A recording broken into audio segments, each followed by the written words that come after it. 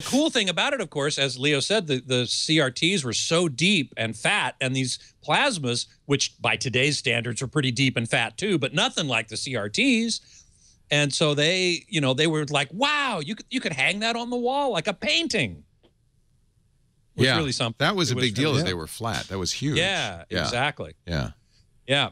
Well, listen, I want to ask you guys about what you have in your homes that you watch TV on and listen to music on. Dick, Leo was thinking you might not even have a TV, but I think you do, right? No. I had a Olivia. Remember Olivia? I remember it well. I have one in a spare bedroom right now. Yeah, they were the first to start driving the price of LCDs down with. Yep. They kind of do what Vizio does today. Yes. Is to give you a really decent TV for not a lot of bucks. And so I moved from Olivia to Vizio, and I bought the smallest Vizio 4K that they make, which is a 43-inch, which in my living room is wall to wall. Well, you live in New York, so I live in New York. I live in New York City, and I have the smallest Bose home theater system. And I only use that when I'm watching movies because I don't want to drive my neighbors crazy. So I actually use the speakers in the Vizio 4K for the news and stuff like that. And if I'm watching a movie, then I switch to the Bose home theater system. And that's a 5.1 probably?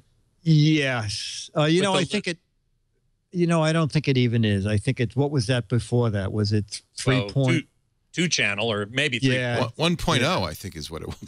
Right. That was what we originally had, But I'm very happy with the Vizio. How long ago did you get that Vizio? I got it about 8 months ago. Okay, so I actually called Vizio, found the PR guy, and said, "Listen, for me, $550 is a lot of money. Can you just tell me next Friday you're not coming out with something newer?" And he said, "Oh, I can tell you what." He said, "Your set will be brand new for at least 6 months." There you so go. that was good enough for me. Well, this is a big problem. This is a big problem that all of us face who are in the technology, You know, Josh Windish, one of the engineers there, Poor the normal Josh. But don't, you know what? You got to understand, Josh hates everything he buys within minutes. Don't take this too personally. He's racked. He's racked with indecision. I've never met anybody who is more, you know, just baffled at how to choose one thing over the other. So go ahead and tell the story, because I know where you're going with this, because he's been bothering us with it. Yeah. Yeah. So Josh contacts me. He says, I'm ready to upgrade. I want to get a TV, a bigger TV, 4K, Ultra HD, high dynamic range if I can. I've got this much money to spend. So I looked around, and I kind of knew what I was going to recommend to him, and I recommended the Samsung, it's called the JS 8500. Flat, not curved. We can talk about flat and curved, but this one was flat, which I prefer. Getting very good reviews, and it was in his price range for a 55-inch, I think, a 50-inch or 55. So he said, great. Went out, got it. Everything was cool. Then 1 month later, just past the return window, Vizio comes out with its new P series, which is 4K, high dynamic range, for less money. Oh my gosh! Oh my gosh! I think not a few people actually got bit by that, because I remember when, I mean, this was only about a month ago. When Vizio announced this, it was no one expected it, right? It was it was upside the head, totally unexpected. I mean, everybody was expecting the new P series. They had done a P series previously, but it wasn't high dynamic range. It was 4K, but it wasn't high dynamic range. And so everyone was saying, "Oh, well, they're going to update that with high dynamic range." And we didn't hear anything. We didn't hear anything. All of a sudden, bam! And the price, right, was aggressive as heck. Super aggressive. Yeah. The 50-inch is $1,000. Yeah. Wow. Yeah. and the 65-inch is $2,000. And I think this is the TV that everybody really wants. So Josh is not alone.